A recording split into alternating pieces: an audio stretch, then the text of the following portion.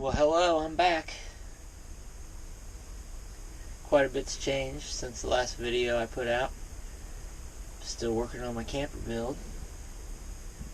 Same goals, insulation, bed frame, all that stuff, but the priorities changed a little bit. I was staying at a place that's worked out for me for some time, but the situation's changed and I can't stay there anymore. I've seen the writing on the wall. That's part of the motivation that I've been building this truck camper build.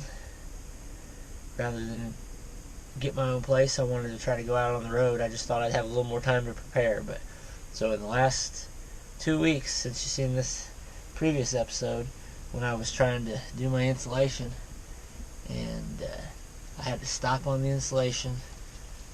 That will be a priority coming up soon, but the first thing that I needed was a bed. So I now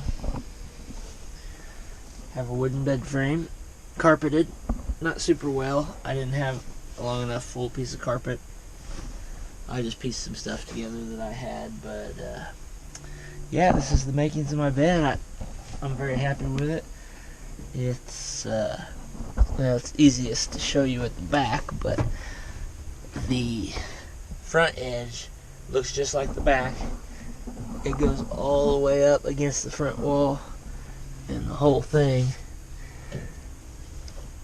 is fitted right against this edge here. So my blanket or my pad can actually go up over this edge and lay all the way to this wall. I'm very happy with how it turned out. Stable. And I'm going to stick the camera down so you can see the angle. But all the way back down through there is a space for my 20-inch wide, 10-inch tall drawer. And it's going to be 5 foot long all the way to back about here. And it will pull out 5 feet out the back of my truck.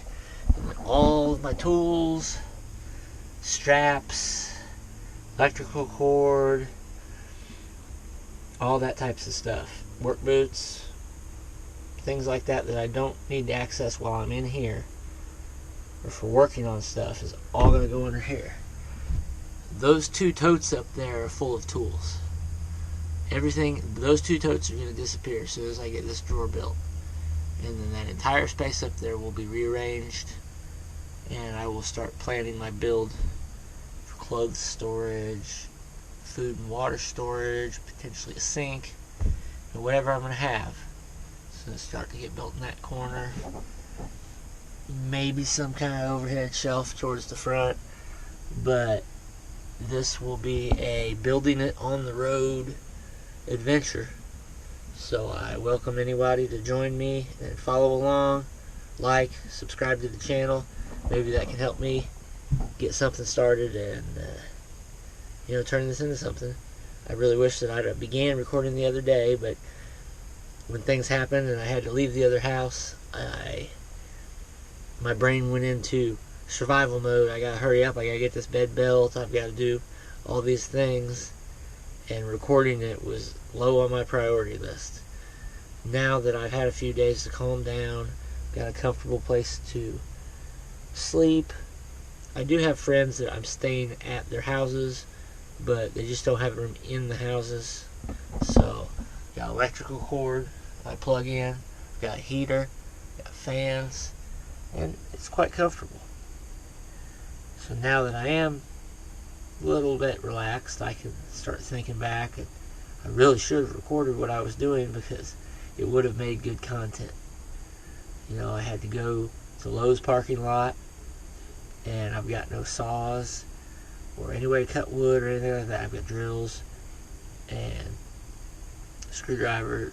I've got the basic stuff, but I can't saw anything. So I went and parked at Home Depot.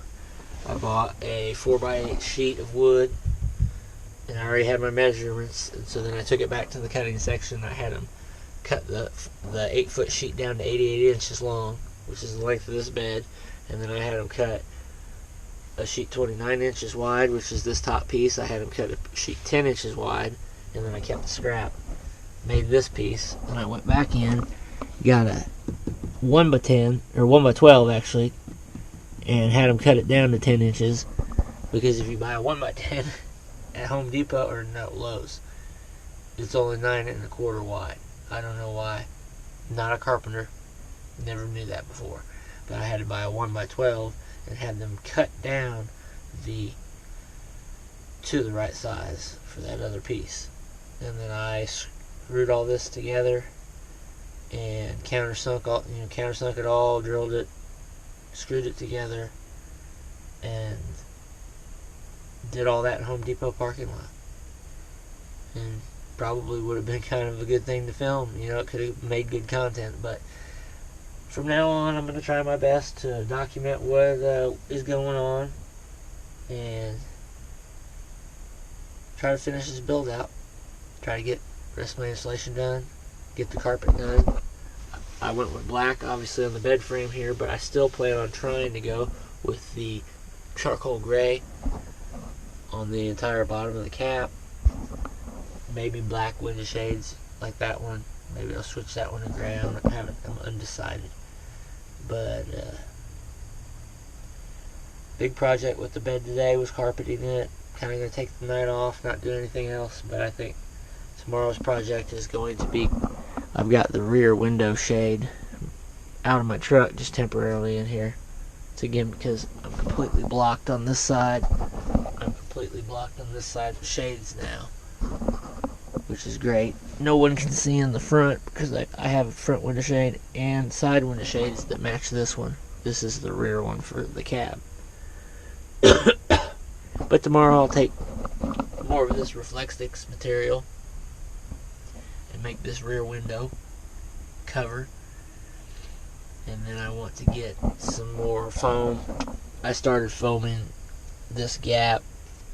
Just had my leftover foam from the truck cap, but I need to fill these corners.